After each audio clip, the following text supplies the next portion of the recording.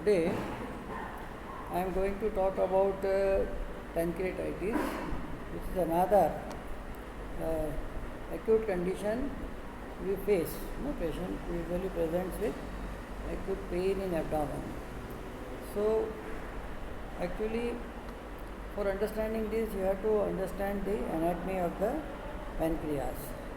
So it is situated behind the stomach, and the parts of the pancreas, it has a lobule, and the common bile duct passes through it.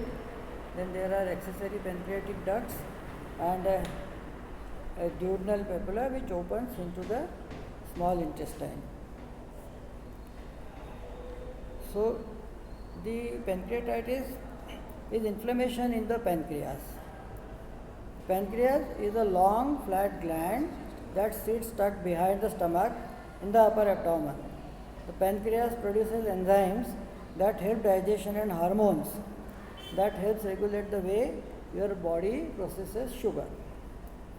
Gallstones are a common cause of pancreatitis.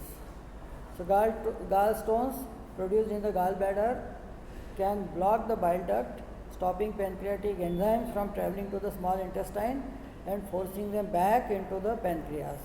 The enzymes then begin to irritate the cells of the pancreas, causing inflammation associated with pancreatitis.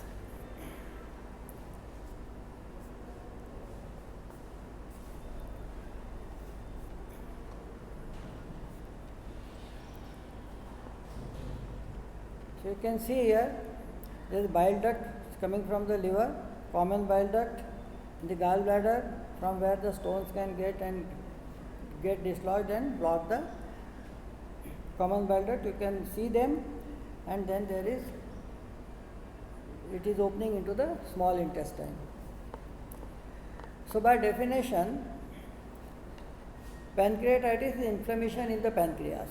The pancreas is a long flat gland that is tucked behind the stomach in the upper abdomen. So there are two types of pancreatitis we come across. One is acute, that is an emergency condition. The another one is a chronic, prolonged and frequently lifelong disorder resulting from development of fibrosis within the pancreas. So acute pancreatitis is a condition of diffuse pancreatic inflammation and presents with abdominal pain and is usually associated with raised pancreatic enzyme levels in the blood and urine. So you can see here the difference between a healthy pancreas and the inflamed pancreas in a condition of acute pancreatitis. So what is the incidence?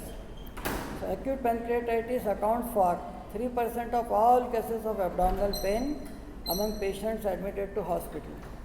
It affects 2 to 28% per 1 lakh of population. It may occur at any age. Peak incidence is between 50 and 60 years.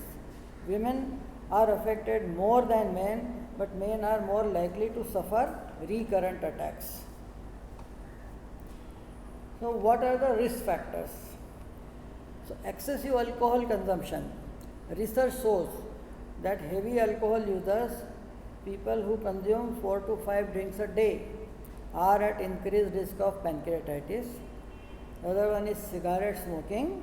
Smokers are on average 3 times more likely to develop chronic pancreatitis compared with non-smokers. The good news is quitting smoking decreases the risk by about half. Obesity also results in pancreatitis. Then the family history of pancreatitis.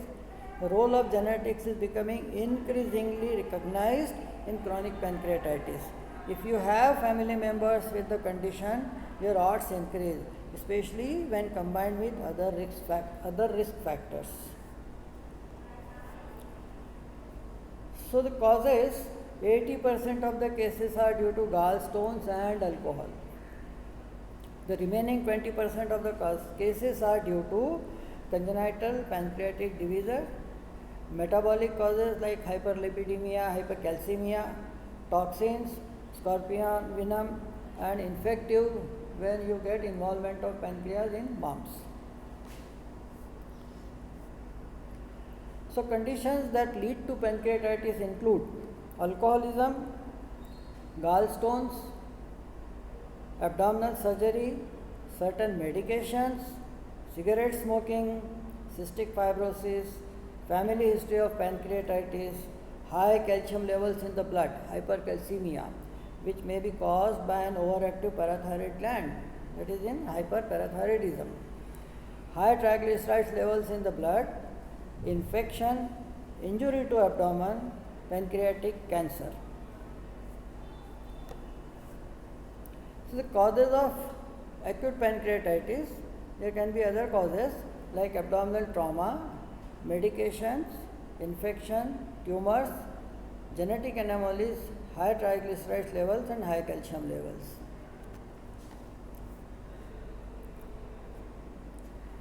What will be the clinical manifestation?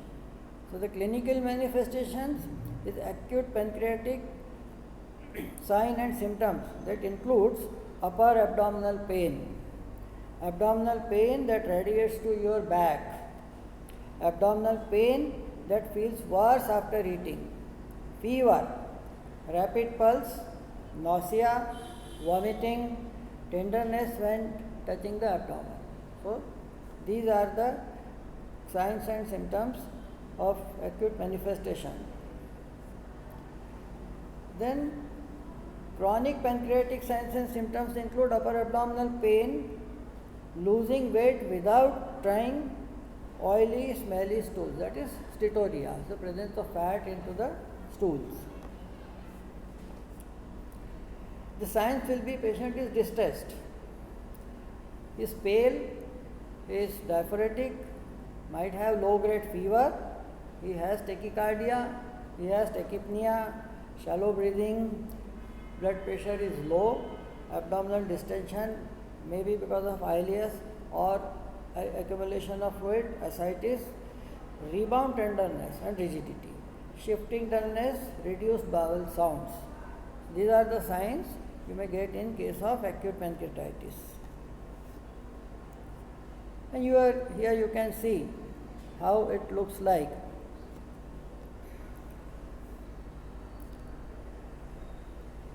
So pancreatitis has another conditions, another finding which may have will be subcutaneous nodular fat necrosis, tender red nodules, usually measuring 0.5 to 2 centimeters, usually over extremities. So the diagnostic test, how are we going to diagnose the case of pancreatitis? We will have to take into consideration the history of the patient's symptoms and then taking into consideration the signs, and finally you have to go for the test. So what test we are going to do? Blood test to look for elevated level of pancreatic enzymes. Stool test in chronic pancreatitis to measure level of fat that could suggest you digestive system isn't absorbing nutrients adequately. Computerized tomography CT scan to look for gallstones and assess the extent of pancreatic inflammation. In abdominal sonography to look for gallstones and pancreatic inflammation. So both the studies, CT and abdominal sonography, furnish you the same information, but CT is more preferred and you get better results as compared to ultrasound. Then you can also go for endoscopic ultrasound to look for inflammation and blockages in the pancreatic duct or bile duct. MRI can also be done to look for abnormalities in the gallbladder, pancreas and duct. Now, what complications take place if a person is suffering from pancreatitis? So pancreatitis can cause serious complications including pseudocyst, infection, kidney failure, breathing problems, diabetes, malnutrition and pancreatic cancer in those who are suffering from the repeated pancreatitis attacks. So how are we going to manage these patients?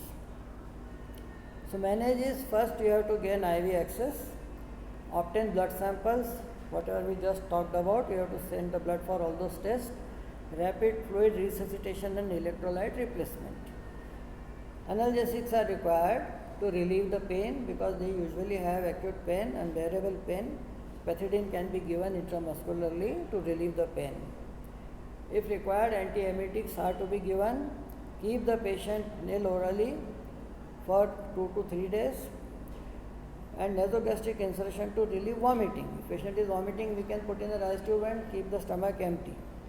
Urinary catheterization is done and monitor the vital signs.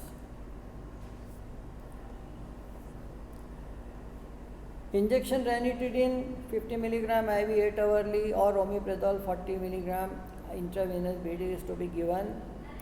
Somatostatins or octreoids, they are pancreatic secretion inhibitors because so as to reduce the secretion of the pancreatic enzymes. Respiratory support by supplementing oxygen or Venturi mask, and ICU admission if severe acute pancreatitis is there. And surgical management will be required in certain cases. For example, when you have gallstones and if gallstone is causing pancreatitis, doctor may, so here you may have to go for cholecystectomy. The surgery may be necessary to drain fluid from the pancreas to remove diseased tissue.